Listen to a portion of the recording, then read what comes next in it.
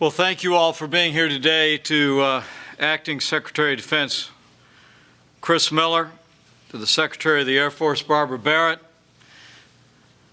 to General John Hyten, General Jay Raymond, General James Dickinson, General David Thompson, and General David Alvin. On behalf of the First Family, welcome to the White House, and welcome to the first anniversary of that branch of our armed forces that will ensure for generations that America remains as dominant in space as we are on land and sea and air. Welcome to the first anniversary of the United States Space Force.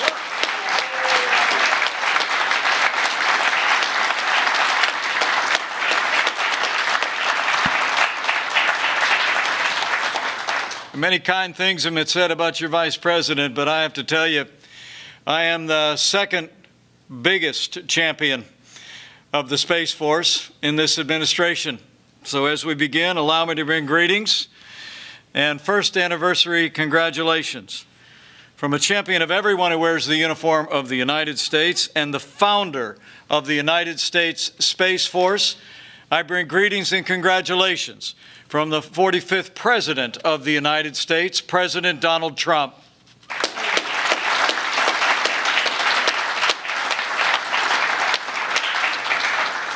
We just left the Oval Office with the President, and from the very first moment that he conceived of the idea of creating a new branch of our armed forces dedicated to our security in space, he has been an enthusiast, and I can testify, as the Acting Secretary and the Secretary of the Air Force can attest, that enthusiasm has only grown in the last year, and he's proud of each and every one of you, as I am.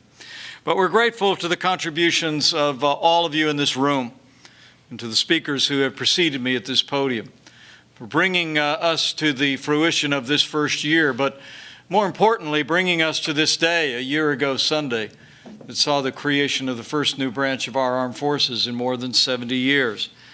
And there are members of Congress who are with us today who I remember in those critical moments in the legislative process who were absolutely indispensable.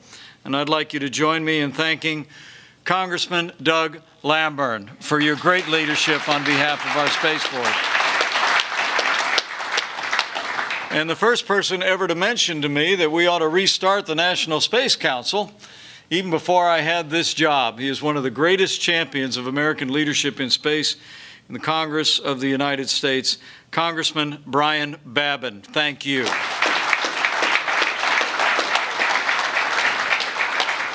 And I want to give particular note to a member of the United States Senate who, in the late going, was there fighting to ensure that we would establish a new branch of our armed forces that would have a foundation of independence to be able to grow for generations and serve the security of our nation. So join me in thanking Senator Kevin Cramer for your outstanding and seminal leadership. I also want to take a moment to express my appreciation to two members of Congress who are not here, but who have been and remain champions and emblematic of the bipartisan support that this new branch of our armed forces enjoys across the Congress of the United States. Join me in thanking Congressman Adam Smith, the chairman of the House Armed Services Committee, and the incoming ranking member of the House Armed Services Committee, Congressman Mike Rogers, two leaders who have championed the United States Space Force. And it's my greatest honor to be here with so many warriors who have stood in the gap for America, and to be able to thank you for your service, and to thank you for the foundation that you've helped pour for future generations of Americans in our security in space. There are several people to thank, but there's a man who I consider to be a giant in the realm of American leadership in space. He's a former commander of the Air Force Space Command. I first met him at Offutt Air Force Base when he was leading our strategic command forces there. He actually comes from a family that's been involved in American space enterprise throughout his life. and at just the right time, he became Vice Chairman of the Joint Chiefs of Staff. Would you join me in thanking General John Hyten and his wonderful wife, Laura?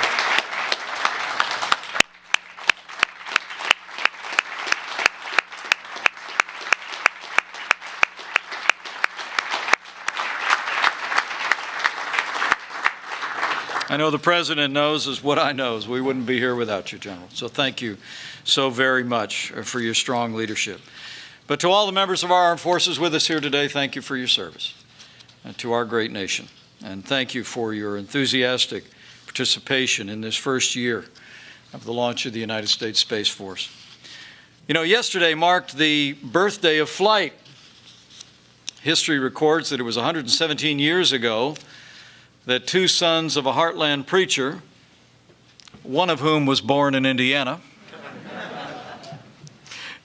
did what for all of history had seemed impossible when they took their first flight to the skies over Kitty Hawk.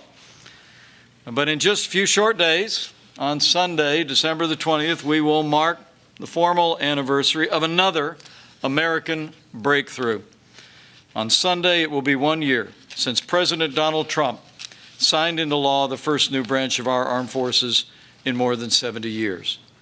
That historic moment was the culmination of an effort that began from the early days of this administration, from almost the first moment that the President and I spoke about space when we were campaigning for these jobs.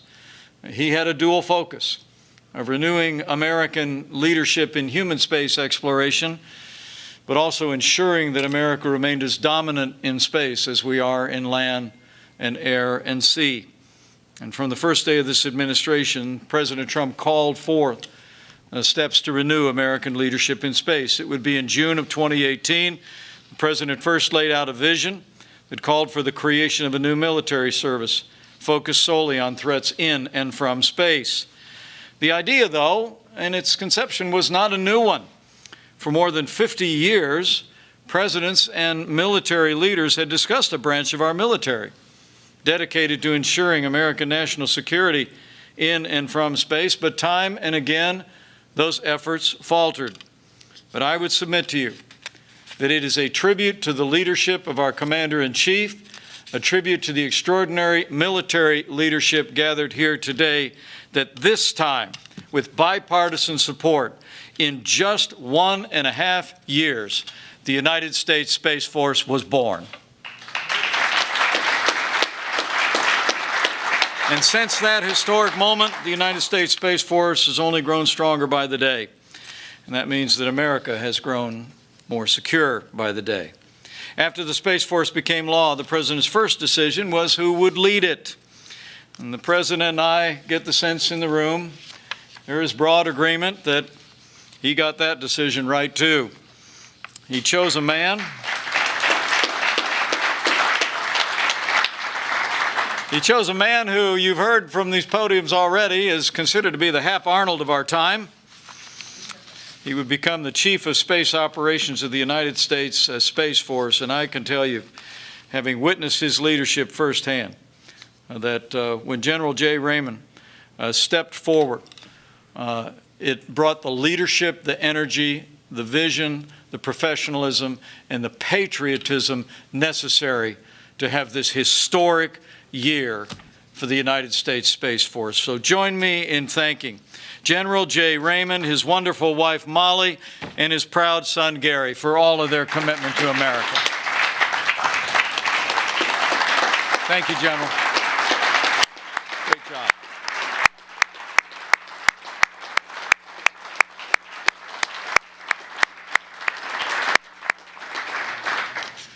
It's amazing to think that this spring, General Raymond actually welcomed the first enlisted member to the Space Force. So how about a round of applause for Chief Master Sergeant Roger Tauberman. You can stand up. Come on, stand up. Thank you. Thank you, Chief. In April, those two men were literally the entire United States Space Force. But in just 8 months, we already have more than 2,000 military members, space professionals, in the United States Space Force. And I'm told that an additional 3,600 officers and enlisted airmen have already started to fill out the paperwork to transfer into the Space Force. In fact, General Raymond tells us that we anticipate on our current trajectory the Space Force will have nearly 6,000 space professionals serving all across the globe in just a short period of time. In fact, today the Space Force got its newest and perhaps most famous member, a man who is actually in space right now at the International Space Station. General Raymond took care of the paperwork, and I think it might actually be the first in-orbit transfer in military history. Colonel Michael Hopkins, NASA astronaut and member of the United States Space Force. Great man. You know, heroes like him and like all of you are going to inspire generations of Americans. In fact, Secretary Barbara Barrett and I witnessed some of those young Americans stepping forward in Colorado Springs, where we both had the opportunity to address the 62nd graduation of the United States Air Force Academy. When I was there, they told me in a typical year, about 20 cadets choose to go into space operations. This year, I was there when 86 cadets stood up and took the oath as officers in the United States Space Force.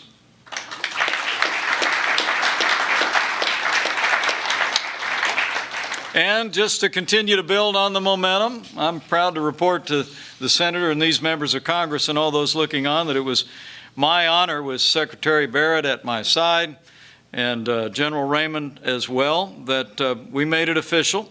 We traveled to Florida to announce the first 2 Space Force installations in American history: Cape Canaveral Space Force Station and Patrick Space Force Base.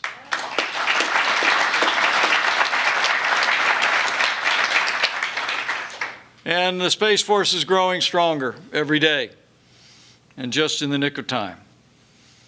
I think every one of the military leaders here knows that space is a vacuum, but we're not operating in a vacuum. The space race began in the 1950s, and it continues today.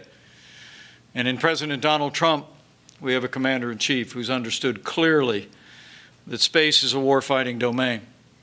And it's imperative that we invest the resources and the personnel and the technology to defend our nation and defend our values in the outer reaches of space. In fact, the United States, as you've heard already, faces emerging threats in space from countries like China and Russia, and those threats are only growing.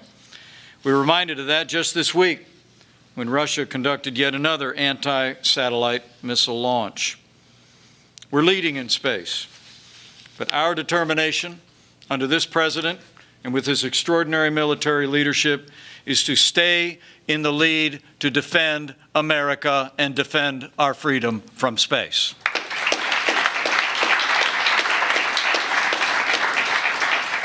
We seek peace through strength. And I want to say to the men and women of the United States Space Force, when it comes to the outer reaches of space, you are that strength. So today we celebrate leadership, from our president to great bipartisan support in the Congress and the military leadership that is seen to both the birth and the pouring of the first year's foundation of the United States Space Force. And I just came here today to thank each and every one of you, but also to make another announcement. As I mentioned, we just returned from the Oval Office, and so it is my honor, on behalf of the President of the United States, to announce that henceforth, the men and women of the United States Space Force will be known as Guardians.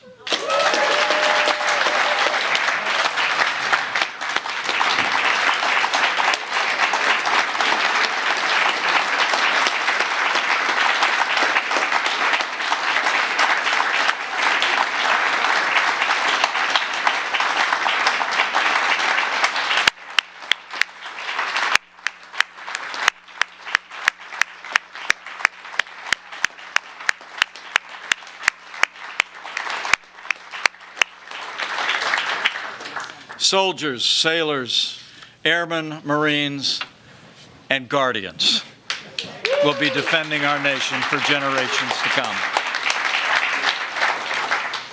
So with that announcement, let me just say thank you again. I want to thank the members of Congress who are with us today. Thank you for the honor of your presence, but more importantly, thank you. Thank you for your leadership in bringing us to this moment 1 year ago, and the support that you've continued to provide to see to the launch of this new branch of our armed forces. But on behalf of your Commander-in-Chief, let me urge each and every one of you guardians to keep pushing. Keep pushing. Keep pushing the vision and the mission of the United States Space Force, which is to ensure that America remains as dominant in space and from space as we are on land and sea and air. And to each one of you guardians, let me just say, each and every day from this day forward, I want to assure you that you will serve with the confidence of your Commander-in-Chief. You will serve with the confidence and gratitude of the American people. And I'm also convinced that those of you that will serve in the United States Space Force in this generation and generations to come will also go with the prayers of millions of Americans who will claim that ancient verse that promises that if you rise on the wings of the dawn, if you settle on the far side of the sea, even if you go up to the heavens, that there His hand will guide you and His right hand will hold you fast. That then will be our prayer for our guardians in this generation and for generations to come. So happy birthday to the United States Space Force. God bless our guardians. God bless all the members of our armed forces. And God bless America. Semper Super.